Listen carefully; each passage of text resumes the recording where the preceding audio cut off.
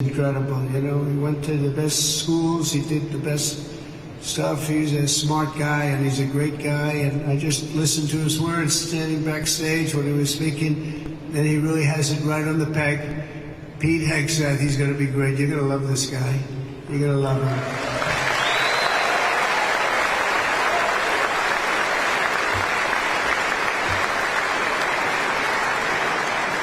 And I also want to I want to influence you to clap for a man who's a great influencer. In fact, my son, Barron, said, "Dad, you got to do an interview with somebody I hadn't heard of." But my son knew very well, he knows everyone. He said, "Dad, this is before the election, you know, we won in a landslide in case you hadn't known." But he said, "Dad, you got to do an interview with a guy named Theo Vaughn." I said, "Who the hell is Theo Vaughn?" He said, "Dad, he's such a big guy, you got to do an interview." So he knew all the names. I didn't know the names. And where is Theo? He's around here someplace, I think. And Theo, thank you very much.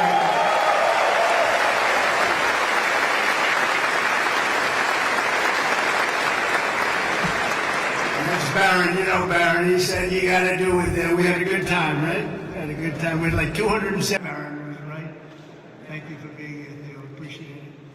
Also, Lee Greenwood, right from the beginning, that song went on. And you know, that song is a successful song, but we made it the most, number one. We made that song, it's the top of the list of that type of song. That's a pretty big, I don't want to go into the list because you'll get upset with me if I do. Like the national anthem and things, it's like, and it became unbelievable. And I was saying you could get Elvis or anybody else to do a song. There's nothing. That was my intro song right from the beginning, because as you know, we won 3 elections, okay? And some people want us to do a 4th. I don't know, we'll have to think about that. You saw the new hat, the hottest hat is, it says, Trump 2028. We're driving the left crazy. When you see that, we didn't need that hat, but it's been an amazing period of time. And when Lee Greenwood did that song, it went from the first day. I came out and played it. It was a great song, but we didn't know. And then I did it the second time, the third time. And that was 968 rallies ago. Can you believe that? We did 968 rallies. I said, another hat says 968. I said, what the hell does that mean? That's the number of rallies. I said, you have to be kidding. But from the very beginning, and we played Lee's song, and it was the walk-on. And then for the last inauguration, I had all the big singers, they wanted to do a song for me, and they wanted to have me walk on to their song. And my people, oh, that would be nice, that would be nice. When I heard about it, we were all set. We had a lot of them. And I heard about it, and I said, I'm not switching. Are you kidding me? I'm not switching. So we stick with Lee. But nobody could have done better than Lee. And he's been so loyal and so great. And it's been really about 9 years of that stuff. And, you know, honestly, we had 3 unbelievable campaigns, and it's been an honor. And there's nobody been stronger than the military in terms of backing us, nobody. So I just want to thank you all very much. Great honor. Thank you very much.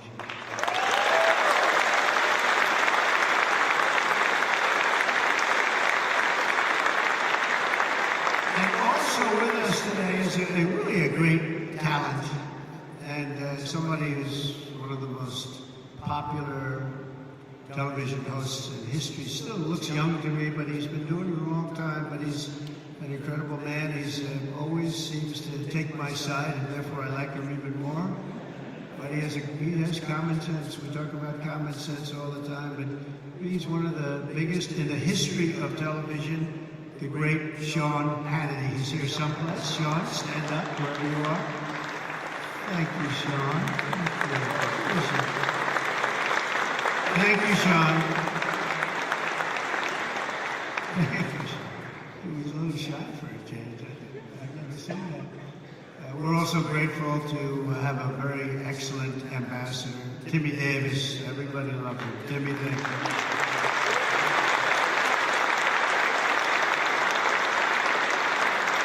Along with you, great military leaders, these are real leaders, these are real tough cookies. Lieutenant General Derek Trapper France, Major General David Shoemaker, Brigadier General Richard Deuce Dickens, Chief Master Sergeants Chris Murphy and Joshua Wiener, and Colonel Brian Ellis. We want to thank you, amazing people. They're real leaders, and this is one of the great bases anywhere in the world, and we're lucky to have them. Thank you very much, fellas.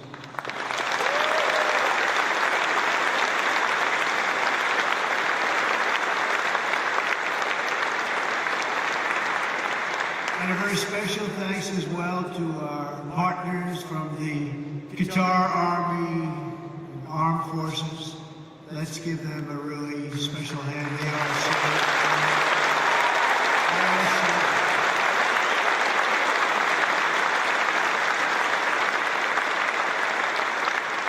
and in particular, we want to be give a little special applause for somebody that's been so good. Deputy Prime Minister and Defense Minister, Saud. Where are you, Saud? Thank you very much.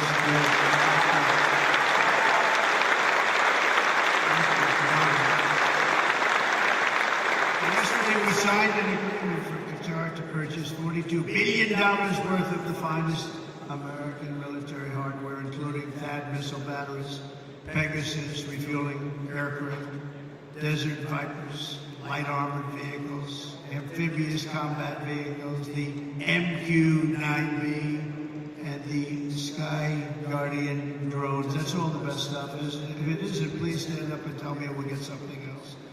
But I believe it's the best. Qatar will also be investing $10 billion to support this massive base in the coming years, and there's no place like it, they say. And a man, a leader, Amir, he's been a special friend of mine for a long time, long before I did the political thing.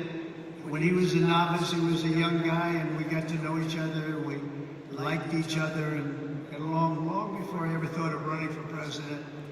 And it's nice when you have that kind of a relationship. We got along right from the beginning. He's a special guy. He's a great leader of your country. So I want to just congratulate you on that, and all the Qatari people, a spectacular group, and it's an honor. And I don't think our friendship's ever been stronger than it is right now. You had the last administration. I don't know if they knew too much about what was happening, but this administration does. And you will never see anything like the relationship that we have. We just left Saudi Arabia, as you know, and we have a fantastic Crown Prince. He is a fantastic guy likewise. And we're going from here, we're going to UAE and United Arab Emirates, and we're going to see another leader. It's an amazing part of the world, and our relationship has never been stronger. And you're going to see that as time goes by, but with us it's not words. As you know, I'm in the midst of a very historic trip, visiting the key partners in the Gulf. We had just some incredible stopovers and a wonderful day. Yesterday we had the dinner, however, with His Highness, the Emir, and I'm going to see him in a little while. I'm going to be saying goodbye to him, but we'll be saying hello again very, very soon. No visit to the Gulf would be complete without stopping to salute the people who keep America safe, strong, and free, and the patriots of the United States Army, Navy, Space Force. I love Space Force. I had to say that's by the Navy. You know, I started that and they said that will never work. Oh, it worked. You know, we were way behind Russia and China, and now we're way, way ahead of everybody. So Space Force, I'm very happy. That was not since the Air Force has that happened. So we created a force, and it's a big force, and it's a brilliant force. So Space Force, thank you for doing such a great job. The Marines, and of course the United States Air Force. Al Udeid is the home of the legendary 379th Air Expeditionary Wing, known as the Grand Slam Wing. We also have the 1st Expeditionary Theater Support Group. You got them all, and let's not forget the top-notch Army soldiers from the 11th Air, the Imperial Brigade. Thank you, that's great.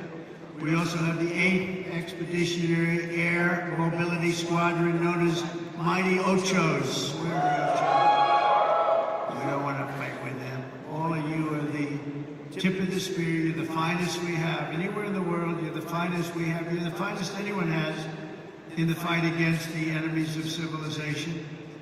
You're the people that are defeating chaos, combating terror, defending our interests, supporting our allies, securing our homeland, and making America incredibly proud. And you know what? Making America great again. That's what's happened. It's happened very quickly.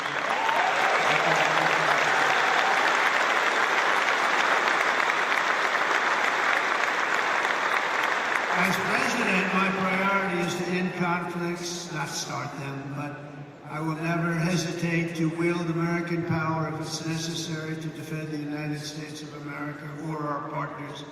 And this is one of our great partners right here.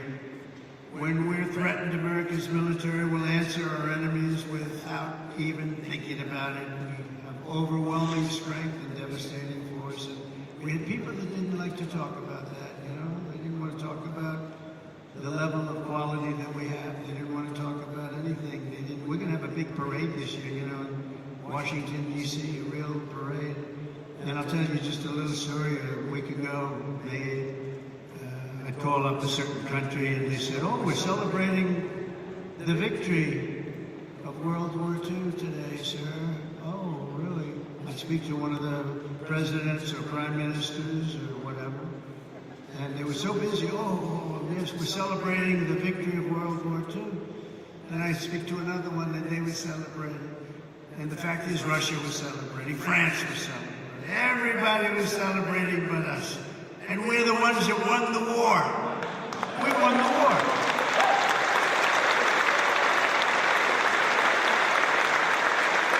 They help. But without us, they don't win the war. We're all speaking German. You know that, right? Without us, they're speaking German, maybe a little Japanese too. We won the war, and we're the only ones that didn't celebrate. So what I did is I got my crack staff over there, and we did it every time. We have May 8th, and we also have the date in November, that sacred date in November for World War I, because we won that war too. But think of it, I'm calling, we love France, right? But I think we did a little more to win the war than France did. Do we agree? You know, I don't want to be a wise guy. When Hitler made a speech at the Eiffel Tower, I would say that wasn't exactly ideal. And I called up the President, Macron, good guy, by the way. No, we are celebrating our victory over the Germans. Oh, that's wonderful. We don't take credit for what we do. And I said, what the hell? Every country I've spoken to in the last week is celebrating the war but us. Isn't that terrible? So we're going to be doing holidays, but I said it has to be a working holiday because you can only do so many of them. We have a lot of holidays. I'm not so sure we should have them, and you don't have to go to work. Our country has to go to work, so we're going to have a working holiday for each one of those 2 days, and we're going to be celebrating too because we should celebrate more than anybody else. And others did help a lot, but nobody helped like us. We wouldn't have won. I mean, the fact is, not winnable without us. And now we're stronger than ever before. You know, I rebuilt the military in my first term. We had a great first term every way. We had the greatest economy ever. Stock market up 88%, the biggest rise ever. All of that stuff. But the second term is going to be even better. We have over $10 trillion going to be invested in our country. And this little tour didn't hurt, I will tell you. Between the 3 great places. I recently announced that I'll approve an unprecedented $1 trillion, as I told you. It's going to end up going higher investment in the U.S. Armed Forces, and that's a record as part of that effort. I signed an order to build the Golden Dome missile defense shield to protect our country from missile attack.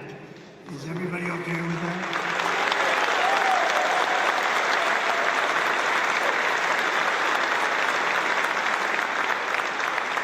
It was called the Iron Dome, but I changed it to the Golden Dome. I thought it was a little more beautiful. Maybe a little more modern or something. But we're going to have it, and it's amazing, actually, what they do. It's going to cost many billions of dollars, all made in the USA. I want it all made in the USA. The days of making our parts all over the world because we have wonderful partners now. It's America first now, America first. We're going to make it all in the USA. And we're going to, by the way, it's America first, but we're going to take care of other countries. We're going to have plenty left over. Because we're doing things now. You know, 6 months ago, our country was laughed at. Now our country is respected again at a level that it hasn't seen in a long, long time. And we're going to keep it that way. And our Air Force will soon have the world's first and only sixth-generation fighter jet, the F-47. Why did they name it 47? Does anybody know? It was a nice thing. But it's quite the plane. They say there's never been anything done, but we're also looking at an increased version of the F-35. I think we're going to call it the F-55, which will be a double-engine plane. I like two engines on a plane. I'm sorry if I say that.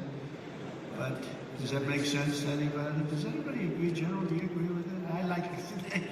So many of you, sir, this engine is infallible. No engine is infallible. I like two engines on a plane. Should have been made with two engines. If I were here, you would have had two engines, and you would have had a lot of other victories, by the way. But we're going to do, when you think of it, Russia, Ukraine would have never started. October 7th, Israel would have never happened, because Iran, as you know, is broke. Okay, we're unable to fund Hamas or anything else. It wouldn't have happened. We wouldn't have had the disaster of Afghanistan, the leaving. We were getting out, but we're getting out with dignity and strength. We're going to keep Bagram Air Base. We weren't going to give that up because it's 1 hour away from China. 1 hour. You know who occupies it now? China. The damage that administration did to this country is legendary. Allowing 21 million people through an open border where anybody could walk into the United States of America is something that will never be forgiven. Grossly incompetent and evil, bad people too, bad people. But the real strength of our military doesn't come from its fighter jets. It really comes from our people. That's you. It comes from our people. You're unbelievable people. The aptitude and all of the things you have to do what you do. You know, I look at some of those engines, and I'm a pretty smart cookie. I would tell you I'm gross. And I look at you and you take those engines apart and put them back together, blindfolded, and fix them up. It's amazing what you're able to do. And then to fly them, just incredible. You're incredible. You're a very special group of people. And that's why my 2026 budget includes across the board. Maybe you don't want to, look, for the good of the country, you don't have to take it. Pay raises for each and every one of you, substantial pay raises.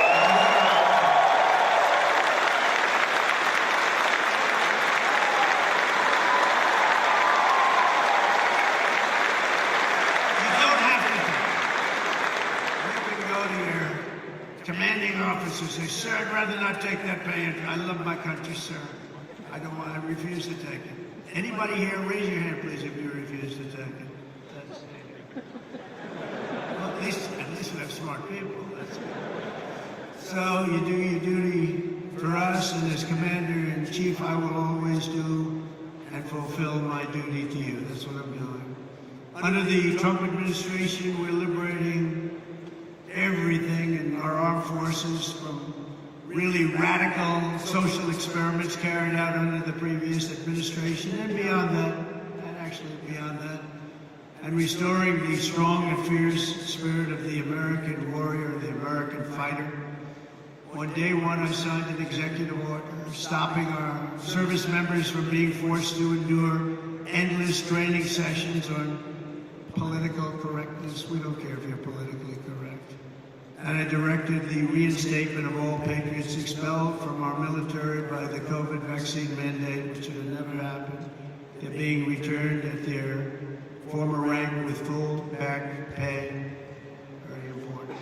After years of not making our enrollment targets, to me this is the biggest thing. Our military suddenly has the best recruiting numbers that perhaps they've ever had, but certainly in 30 years. Think of that. You go back 6 months ago, we couldn't get people to join the military. Nobody wanted your job. Now everybody wants your job. So we went from having the worst numbers we've ever had in terms of recruitment. That included police officers also, firefighters, but police officers. But in the military, think of that. You couldn't get people to join the military, and now we're brimming over. We have the highest numbers we probably, minimum 30 years, but probably have ever had. Because there's such an incredible spirit now in our country. We have a whole new spirit. And it began on a date, November 5th, that was election day. Under the Trump administration, America is back, and America's military is back, bigger, better, and stronger than ever before. Since my inauguration, service members stationed throughout this region have terminated 83 major terrorists operating across Iraq, Syria, and Somalia, including the #2, just recently, global leader of ISIS. And I knocked out ISIS, as you know, in my term. They said it was going to take 4 years. I said, why 4 years? That's a long time. And then I met a General Raisin-Jane. He's now the head of the Joint Chiefs of Staff, right? And he was great. He said, we could do it in 3 weeks. I said, well, I was told 4 years, General, by your television generals in Washington, D.C. And he didn't want to be disrespectful to them. He said, sir, I'm telling you, you want, we can do it in 3 weeks. And that's what he did. He knocked out 100% of the ISIS caliphate in 3 weeks.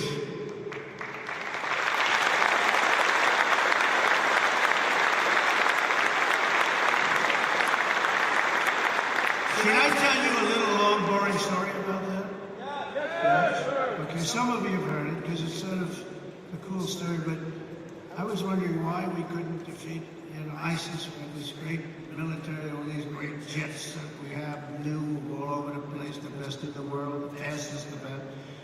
And I went out and I said to a certain general, Washington, D.C., a television general, not much of it. There's a real general on the television. You have the television guys and you have the real generals. And I said, General, how long will it take us? Because it doesn't make sense. We're spending a lot of money on defeating ISIS. And they don't have great equipment. They, in many cases, don't even have equipment. They're vicious and they are good fighters. We always have to respect that.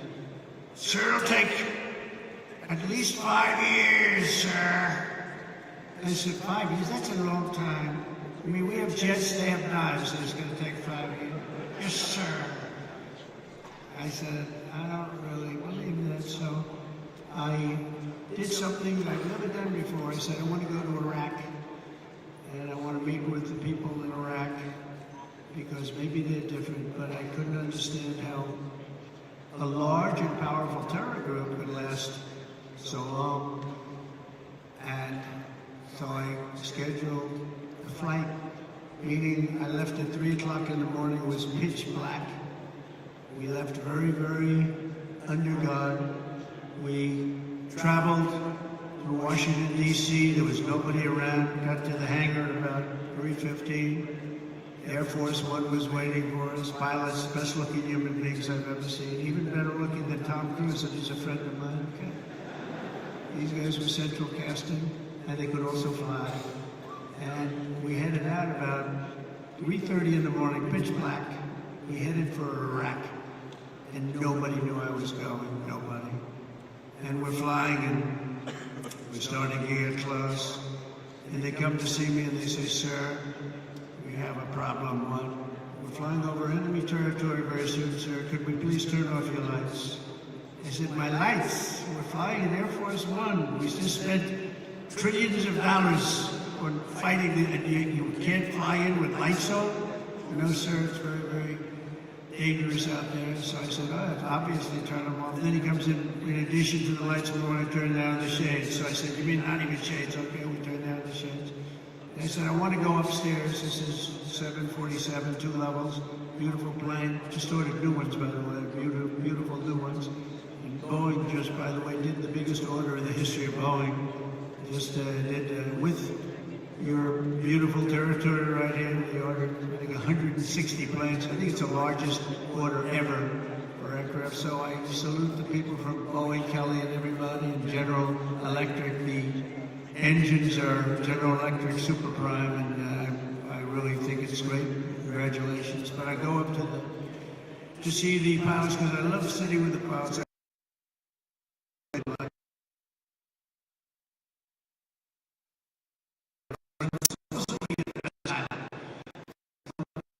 By the way, but it seems to be, I have no complaints. We land, it's like always landing on glass. I've had pilots where when you land,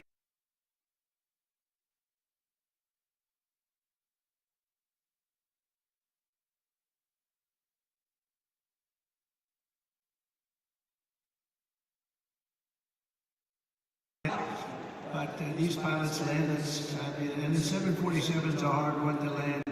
So I go up, I see the pilots, I say, hi, Captain. The guy's a handsome guy, got a blonde flat top. I'd like to have a flat top like that. I don't know if the hair's good enough for that. I don't think so. I don't think I'm going to try it either.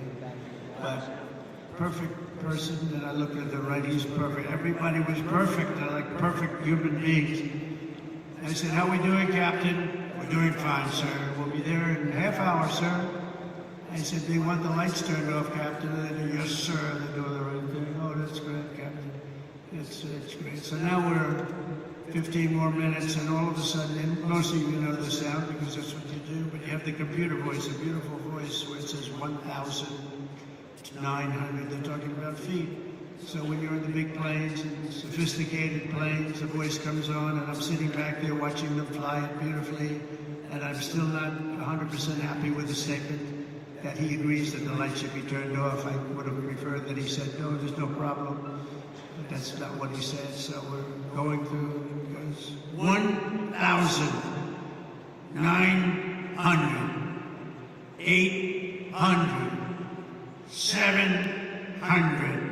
Talking about feet. Now 700 is getting pretty close to the ground. I don't see a thing. There's no lights, there's no runway, and I've done this a lot. And I always see the runway in the distance. I have fairly good eyes.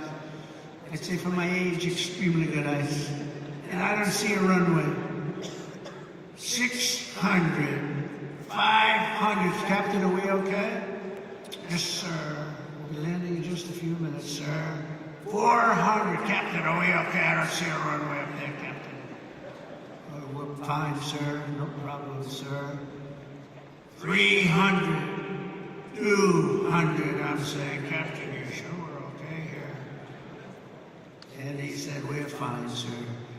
And then, boom, it just lands that thing so beautifully, and I see they had no light, they had no nothing. I don't know how the hell they do it, okay? All I know is we landed like, and for him it was 15, and I'm trying to pretend I'm cool as a cucumber, you know? I mean, it has to be cool as a cucumber, and I'm like, you know, I'm like, I'm not happy.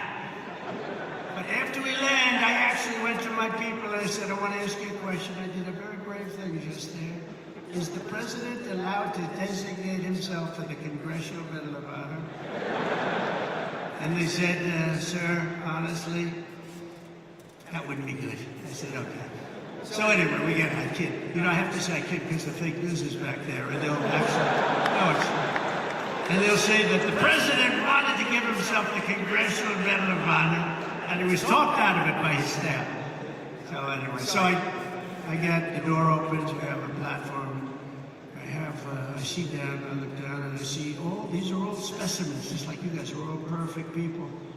And I'm seeing a couple of generals, a couple of staff sergeants, drill sergeants, but everybody's like from a movie. And I walk out of the plane and meet the first gentleman. And I said, what's your name? He said, Kane, sir, my name is Kane. And I said, hello, Kane, what's your first name? Well, they call me Raisin. I said, wait a minute, Raisin, you mean like Raisin Kane? Yes, sir, that's what they call me. General, I love you. You're the guy I'm looking for, General. You're the guy I'm looking for. So it's Raisin Kane. It's Daniel Kane, but Raisin Kane, they call him. Then I met another general, I met a colonel, I met a sergeant. We all.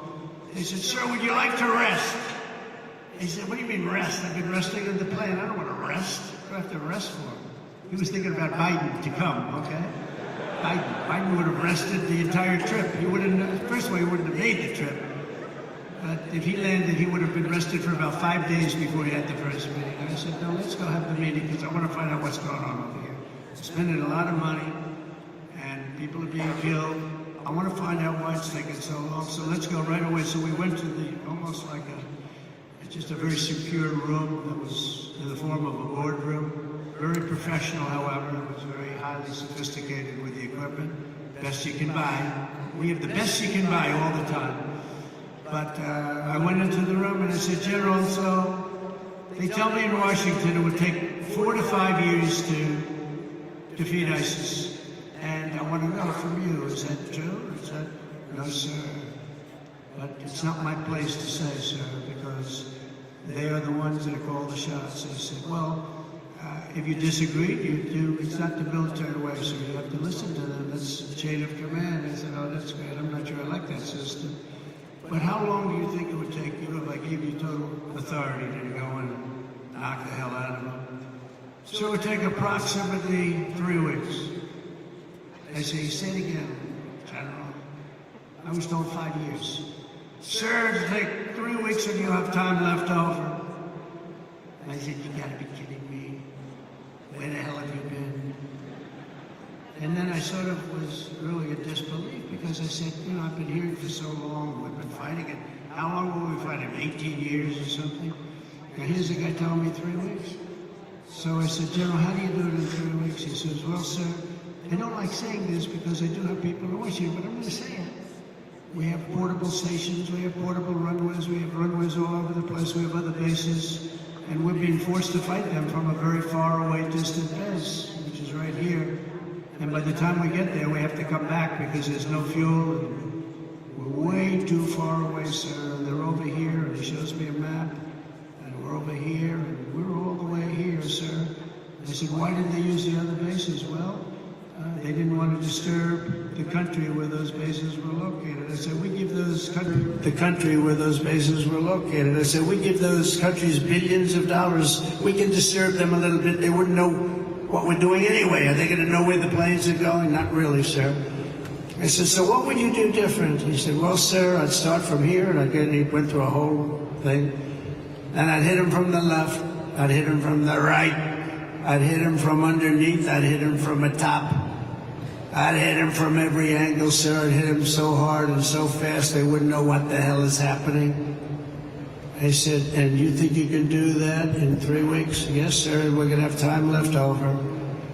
And I said, let me think about it, General. I went back to Washington, and I spoke to a couple of people, and they said, I don't think so, sir. I think you're talking about years of fighting. And then I called the General, and I said, so, General, you come close to that, sir. We'll have time left over. I said, go to it, General, go to it. Thank you, sir. And he hit the hell out of him. He hit the hell out of him. And he calls me up. Sir, we have out of these people, and if you want, I can finish it off right now, sir. I said, well, I don't know, that's a lot. It's a lot of people. Well, these people are not good people, sir. These are not good people. You'll feel better about it. Well, they're not good people, but they're people, aren't they? Because I said, you know what? Why don't you buzz them for a little while, and maybe after a day or two of buzzing them, they'll surrender. They don't know about surrendering, sir. Well, maybe they'll raise the white flag. They don't have a white flag, sir. I said, well, I'll give it a shot anyway. He said, all we're going to do is take a couple of bullet holes in our wings. You guys know about that, right? And I said, well, let's give it a shot. And he calls up and says, let me do the job, sir. I said, all right, do the job. And we defeated 100% of the ISIS caliphate in just a very short little period of time. Totally different from what I was told in Washington, D.C. by a bunch of frickin' losers. Losers. And that's the beginning. And I took that general and made him the head of the Joint Chiefs of Staff, as I told you. And he's going to be great, and he's highly respected by everybody. Just a different kind of respect. It's a real respect. But we can do our job better than anybody in the world, but you have to have the leadership at the top, And we're doing that. We're finding, we let a lot of 4 stars go. A lot of four. We had more 4 stars. We had, I think, 425 4 stars. In World War II, which, by the way, we won, in World War II, we had 187 generals. And we had like 425 generals now, without really a war. And so we made a lot of changes, and we have the best. We have the best. We worked hard to figure the best, the real ones. We want the real generals, not the fake generals, and not the political generals, too. So we have something that's special, but it can show you really what happened. We also just apprehended, as an example, the ISIS terrorist of the al-Baghdad, the one that caused all of the problems in Afghanistan, caused unbelievable destruction. We lost 13 great soldiers. I got to know the parents and the families of those soldiers, but you know what they don't say is the ones who were so horribly wounded, which were many. And hundreds of people were killed from the other side. I always include that. That should have never happened. That whole mess should have never happened. I think it was the most embarrassing day in the history of our country. And we're not going to have things like that happen anymore. And again, we should have kept the air base. Should have kept it. We let it go. And we left, and it was a very embarrassing moment in the history of our country. That'll never happen again. There are a lot of people that said that Russia went into Ukraine. When they saw that, they said, wow, we didn't think that was possible, but it's not possible any longer, I can tell you. That's another one would have never happened if I were president. Russia would have never gone into Ukraine. All of those things, that would have never happened. But the Afghanistan withdrawal, not the fact that they withdrew, but the fact that the way they did it was so horrible and so embarrassing. So we brought this horrible person to justice, to American justice. We caught the person that set off that bomb. And all of this is possible because of the work that you do with partnerships that you forge. In this case, it was Pakistan. And by the way, I don't want to say I did, but I sure as hell helped settle the problem between Pakistan and India last week, which was getting more and more hostile.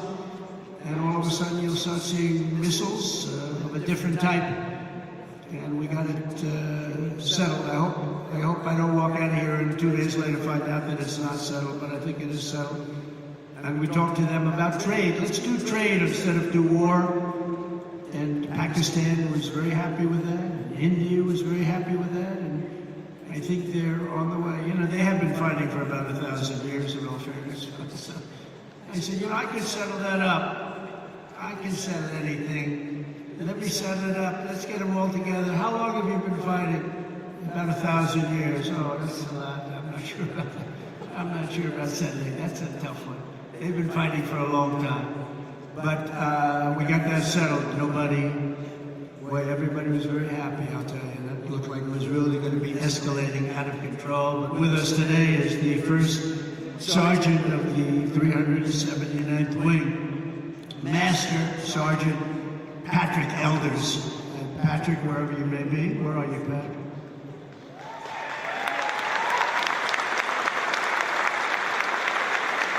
Handsome guy. I'm looking at him from here, and it says after having served 22 years, he's a lot.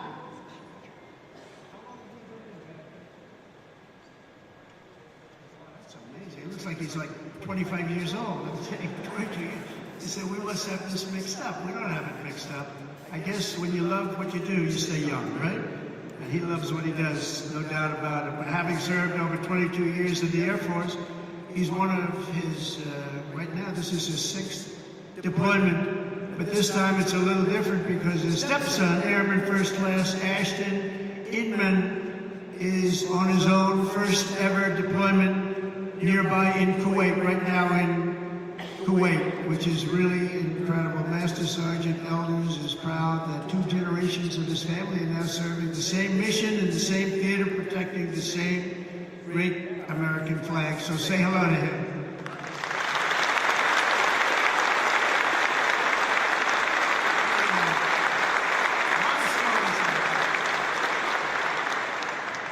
A lot of stories like that. And I want to thank first-class inmate also very much.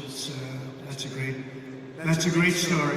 That's a great story, and we have many of them. I guarantee in this room right now there are many such stories. There are several married couples serving side by side in uniform at this base, including Staff Sergeants Tyler and Paige Duck. Where is Tyler?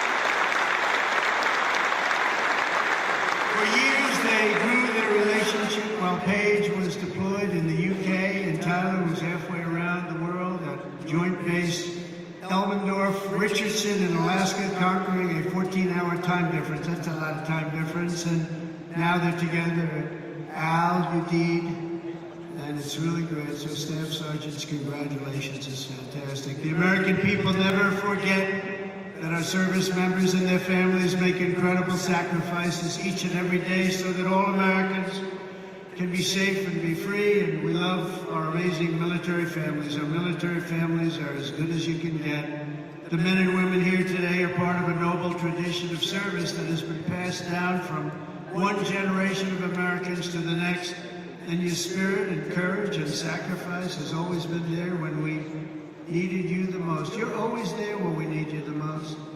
With us today is Master Sergeant Michael Schlow, who happens to be from a small town in a place called Butler, Pennsylvania. Has anybody heard of Butler, Pennsylvania?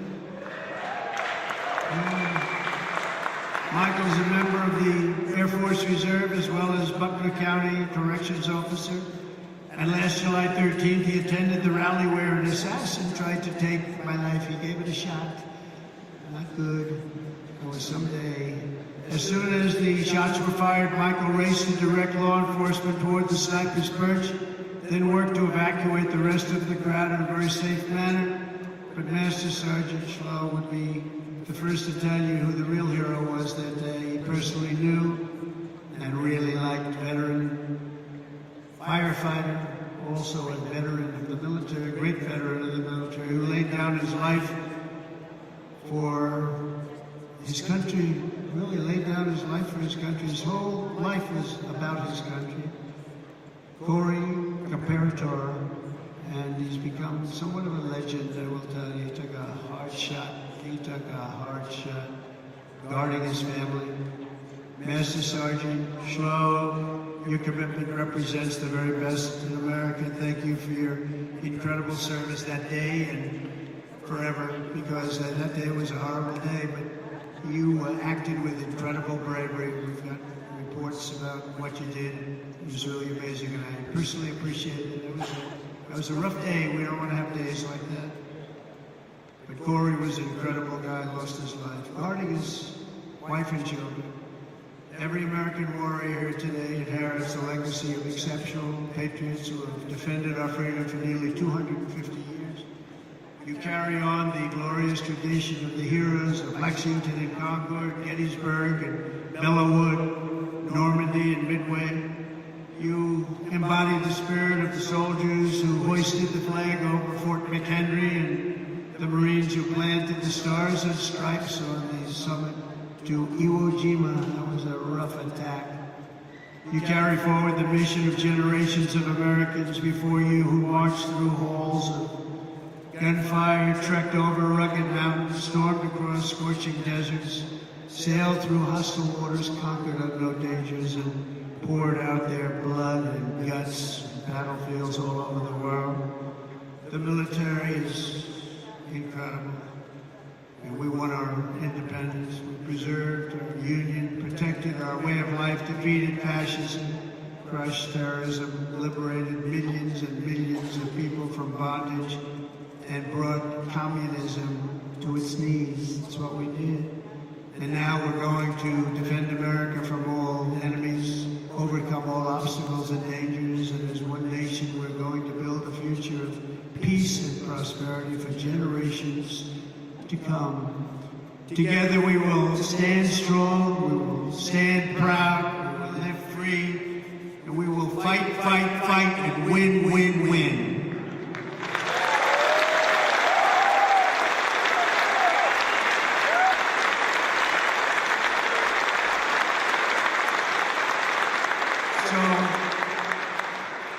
My trip is 4.5 days, but this is the one I was so looking forward to because I'm with the people that I really love and respect. We love and respect you. This is what you're doing, the service you do for your country. You keep us safe.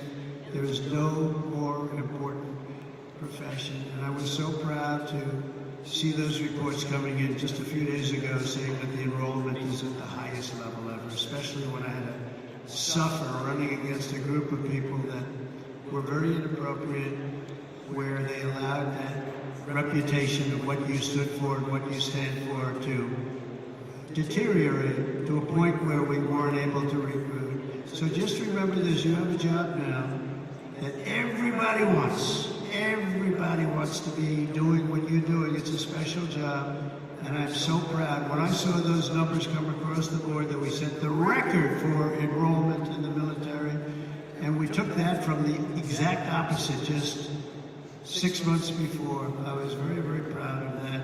We have a great country. We have a proud country. We have a country that's respected all over the world. And as I said before, a year ago we were laughed at, but nobody's laughing at our country anymore. We're the most respected country anywhere in the world. And thank you very much, and enjoy your lives, and God bless America. Thank you very much.